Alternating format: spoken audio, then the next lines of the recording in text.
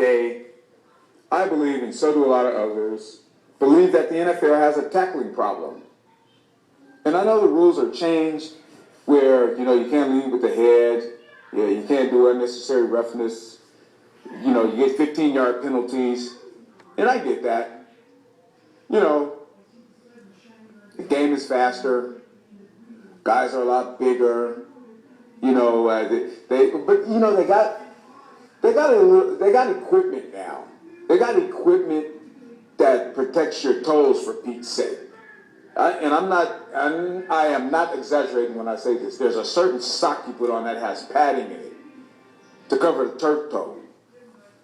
If that's even something legal now, to wear that kind of padding. But guys don't tackle now. I mean, you figure you start playing football, some of these guys, 8 years old, pee-wee, and I'm talking pads.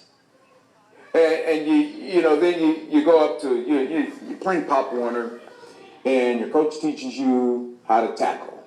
And then you play all throughout your junior high school years, and then you play in high school, and you go to camps, and then you go to college. And then you mean to tell me when you get to the pros, you don't know a basic tackle? I mean, did you see the Super Bowl, for Pete's sake?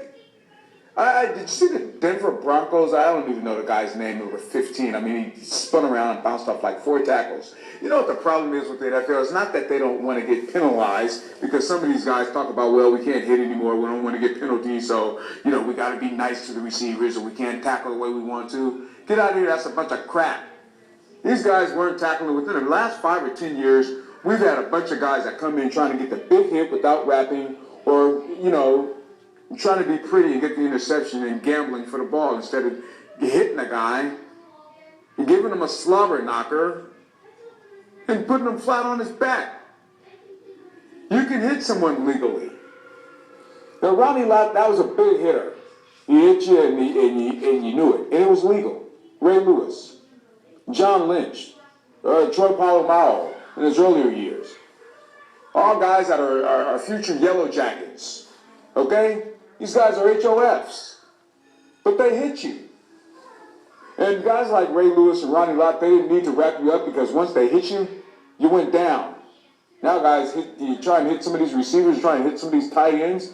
See Jimmy Graham, he bounced off 4 or 5 people. DBs, linebackers.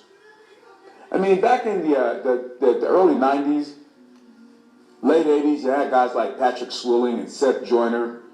Those Philadelphia teams, Jerome Brown and Reggie White. That defense, they put a hat on some people.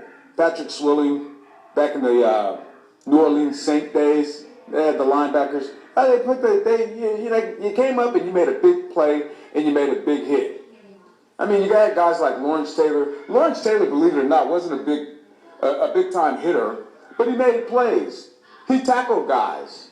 He got interceptions. He was around the ball. Mike Singletary, another guy, middle linebacker. He didn't have the big hit, but he knew how to tackle. Dick Butkus knew how to tackle. Jack Lambert knew how to tackle. Deacon Jones, may rest in peace.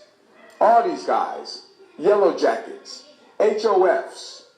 Guys nowadays, you get the Patrick Willises and the Bowmans who really do some things and they make plays on the field. But we don't have defenses like Dallas' Doomsday defense and the no-name defense of the 1972 undefeated Miami Dolphins, the Orange Crush. Although the Dallas Cowboys did crush them in 1977. But you got the Purple People Eaters. Those were defenses that played. I mean, go back and look at some of the NFL films. Vince Lombardi. Grab, grab, grab. All you guys do is grab. That's a classic. But yeah, guys don't tackle.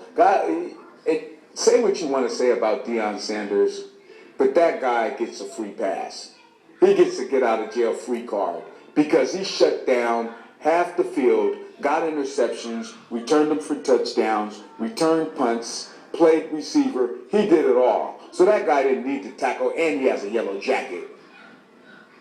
But yeah, tackling, it's gone way downhill. And these rules, you know what? Yeah, some of these quarterbacks need to put on skirts. But at the same time, sometimes you need to take the 15-yard penalty to set the tone of a game. For Pete's sake, wrap the guys up and bring them down.